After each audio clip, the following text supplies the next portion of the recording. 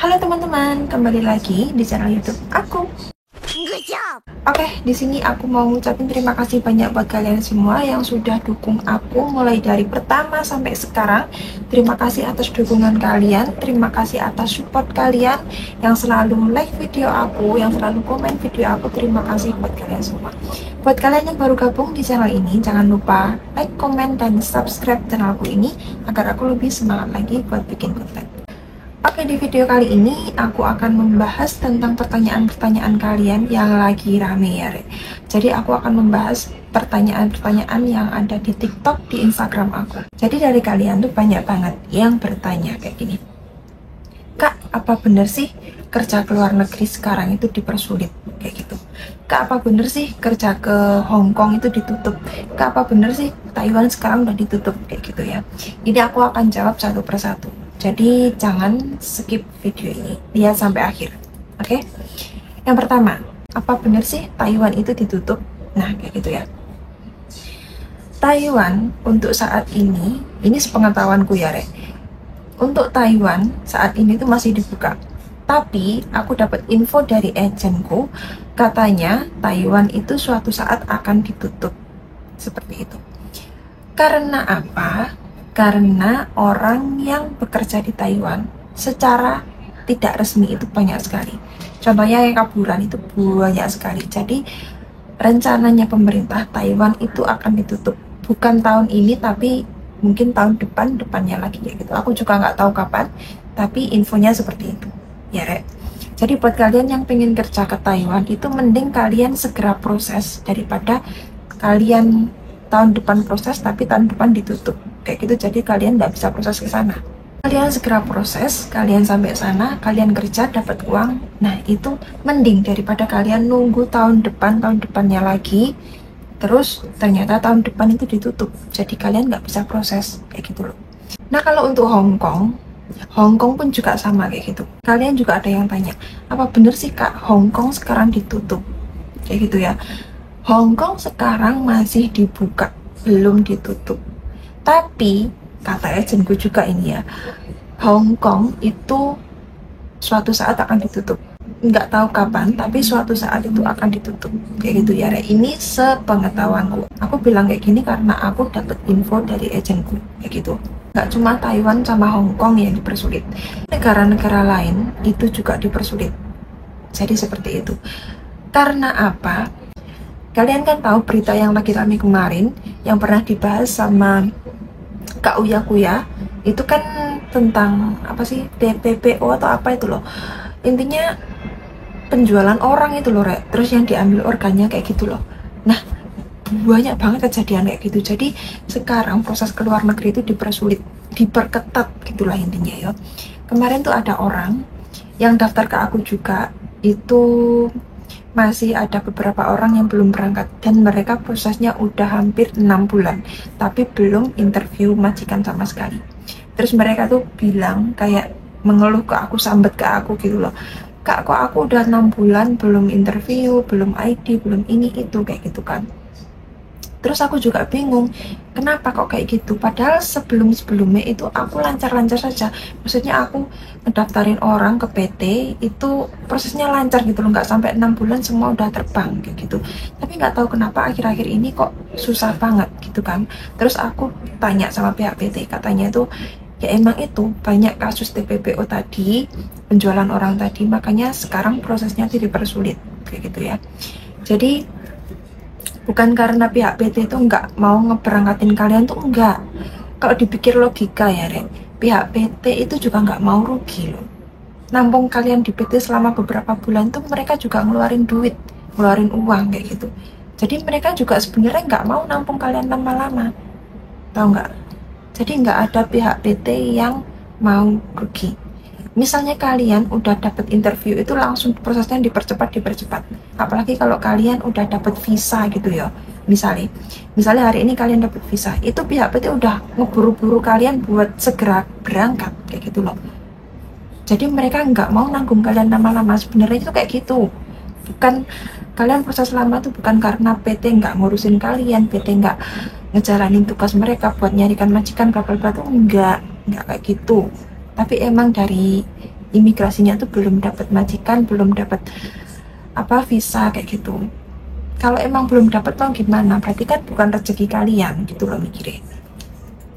Terus kalian tuh jangan ngebanding-bandingin kalian sama orang lain.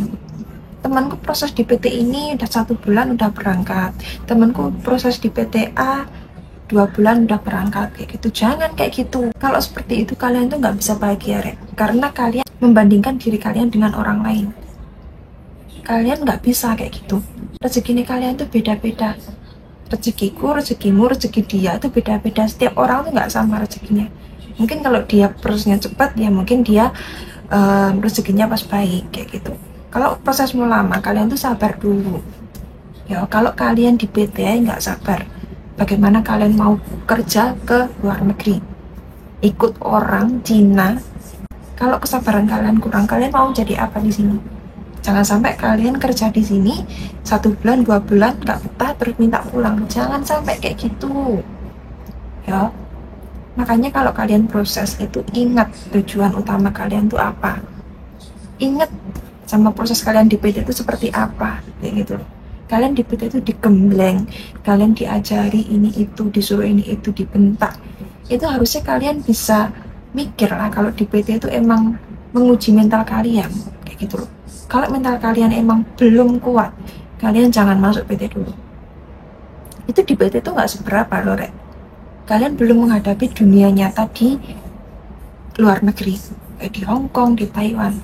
Ya kalau kalian dapat majikan baik, kalian nasibnya baik. Tapi kalau majikannya kalian nggak baik, siapa yang mau bantu kalian di sini? Walaupun kalian punya kakak di sini yo, misalnya itu kakak kalian nggak mungkin satu majikan sama kalian. Kalian harus siap menghadapi semua majikan-majikan yang ada di sini. Misalnya majikannya kalian cerewet, kalian harus siap menghadapi. Misalnya majikannya kalian main tangan, ya kalian harus bisa merespon kayak gimana gitu. Jadi kalian tuh harus benar-benar kuat mental. Jangan sampai cuma kalian punya pikiran, oh aku pengen kerja ke Hong Kong, pengen dapat duit segini, pengen dapat penghasilan segini, tiap minggu libur jalan-jalan. Jangan sampai kayak gitu. Kalian pikir kerjanya tuh kayak apa gitu loh ya. Kita di sini sebagai ART, kerjanya apa kalian juga tahu kan. ART, asisten rumah tangga, pembantu. Jadi semua masalah majikan di rumah itu kita yang bantu, kayak gitu. Untuk cuci piring, masak, nyapu, ngepel, bersih-bersih rumah, ngurus anak, ngurus orang tua, itu kita semua yang bantu. Kerjaan kita tuh seperti itu di sini. Paham? Jadi sekali lagi aku ingetin ke kalian semua, kalau mau proses ke luar negeri itu dipikir matang-matang. Jangan sampai cuma pengen ini, pengen itu, pengen itu, terus aku pengen kerja ke luar negeri. Jangan. Kalian harus mikir 2 kali. Terus ini untuk biaya misalnya kalian pengen jadi ART di Hong Kong ya. ART itu biayanya gratis, Rek. Di awal kita nggak ngeluarin biaya apapun, kecuali untuk kehidupan kita di PT, kayak beli sabun, sampo, kayak gitu, kita keluar uang sendiri. Tapi kebanyakan kalau di PT, misalnya kalian mau kerja ke Hong Kong atau Taiwan, itu banyak uang saku, kayak gitu. Jadi uang sakunya aku sekitar 2 juta ada, 3 juta ada, 4 juta ada, 5 juta ada. Tergantung kalian mau ambil yang berapa. Dan kalau misalnya kalian ambil uang saku 5 juta, itu nanti potongan kalian setelah masuk ke majikan, itu kan kalian dipotong gaji buat bayar PT. Jadi potongan kalian itu lebih banyak kalau kalian ambil uang saku yang 5 juta daripada kalian nggak ambil sama sekali. Kayak gitu. Terus kalau kalian ambil uang saku 4 juta, ya itu lebih sedikit lagi. Kalau 3 juta lebih sedikit lagi, kayak gitu loh, Rek. Jadi kalau bisa ya, kalau misalnya kalian punya biaya sendiri, kalian mending pakai uang sendiri, kayak gitu. Kalau menurutku loh ya. Jadi nanti kalian di sini itu nggak perlu potong gaji, kayak gitu. Terus untuk Taiwan yang pabrik itu ada biayanya, biaya dibayar di awal, kayak gitu. Kalau sepengetahuanku, kalau Taiwan itu biaya sekarang kurang lebih 50-60 jutaan. Itu untuk laki-laki yang kerja di pabrik loh ya. Nah, kalian kesini tuh nggak gratis loh, Rek. Kalian harus ngeluarin biaya. Baik itu bayar di awal atau kalian potong gaji, itu kalian ngeluarin biaya. puluhan juta, nggak cuma 1-2 juta tapi puluhan juta. Makanya kalian kalau mau ke luar negeri itu dipikir lagi. Ini ada cerita sedikit, kemarin pernah dibahas di YouTube-nya Miss Yuni kayaknya, coba kalian lihat. Ada mbak-mbak yang dari Indo, masih non, belum pernah ke luar negeri sama sekali. Dia itu pengen ke luar negeri kan, dia masuk PT, udah beberapa bulan di PT, dapat majikan, terus sampai luar negeri, sampai Hong Kong. Dia tujuannya ke Hong Kong. Sampai Hong Kong itu dia dapat majikan, dan majikannya dia tuh cerewet, terus suka bentak-bentak kayak gitu loh. Dan dia nggak betah, dia pengen pulang ke Indonesia. Sebenarnya kalau mau ganti majikan itu bisa, tapi mbak ini ngeyel pengen pulang ke Indonesia. Padahal potongan PT itu belum lunas. Dia di sini masih 2 bulanan, potongan di PT belum lunas. Jadi gimana? Dia wis ngeyel kan pulang ke Indonesia, wis pengen ngeret koper ke Indonesia gitu lah intinya. Pengen pulang ke Indonesia, wis nggak mau kerja di luar negeri karena wis tahu keadaan luar negeri itu kayak apa gitu ya. Dia pengen pulang ke Indonesia, terus habis itu potongan gajinya gimana? Nanti pihak PT itu yang nagih ke rumah kalian, kayak gitu. Kalian kan di PT itu nyerahin kayak dokumen-dokumen kan, kayak KK, KTP, itu semuanya itu diserahin ke PT. Sebelum kalian habis potongan, itu dokumen kalian nggak dikasih ke kalian, kayak gitu. Nah itu untuk jaminan kalian biar kalian tuh nggak kabur gitu loh. Misalnya kalian pulang ke Indonesia, terus potongan PT-nya belum selesai, jadi pihak PT, pihak bank itu bisa menagih utang kalian ke rumah kalian, kayak gitu. Dan kalian bisa nggak punya duit harus bayar setiap bulannya sampai lunas. Makanya kalian tuh dapat majikan apapun itu kalian bertahan nolaret minimal sampai potongan PT ini kalian tuh harus lunas, kayak gitu loh. Jadi kalian nggak punya tanggungan apapun. Lebih baik kalian bertahan, apalagi yang 2 tahun sampai 1 kontrak 2 tahun itu lebih baik lagi. Walaupun kalian pulang ke rumah, kalau kalian udah habis kontrak itu kan kalian masih punya tabungan. Kalian nggak punya tanggungan, kalian punya tabungan, kayak gitu. Jadi mending kalian tuh mikir 2 kali lah. Masuk majikan cerewet, majikan bentak, menurut kalian nggak kuat. Nah, kalian yang PT itu nyapo, gak dibentak-bentak ya mana? Masuk yang PT dimanjakan ya nggak mungkin tau. Menurut. Makanya kalian tuh kudu apa ya rek? Kudu sabar, kudu kuat mental, kudu niat lah intinya. Ojo pingin oh aku pengen koyo Mbak Kai, nggak oleh kok ngono. Jadi ceritanya seperti itu. Semoga cerita ini bermanfaat buat kalian yang pengen kerja ke luar negeri. Kalian harus mikir-mikir lagi, jangan cuma pengen ini pengen itu terus pengen ke luar negeri, jangan kayak gitu ya rek. Pikiran kalian di luar negeri itu urip sendiri. Misalnya kalian di sini sakit, kalian iso nanggung sendiri apa enggak? Kalian kudu iso ngurus awake kalian dewe. Misalnya kalian sakit, kadang majikannya kalian nggak meneh, kalian jadi kongkon kerja. Mas yo aku kita anak penak ini yo. Tapi majikanku tuh tukang bentai. Kadang ngelok nih, oh leci sinale sosot yang. Aku mendingan dilok nih kayak ngono rek. Tapi aku biasa ya, aku kuat mentalku. Mbak aku harap dilok nih kayak apa, aku menengahi. Mek iya.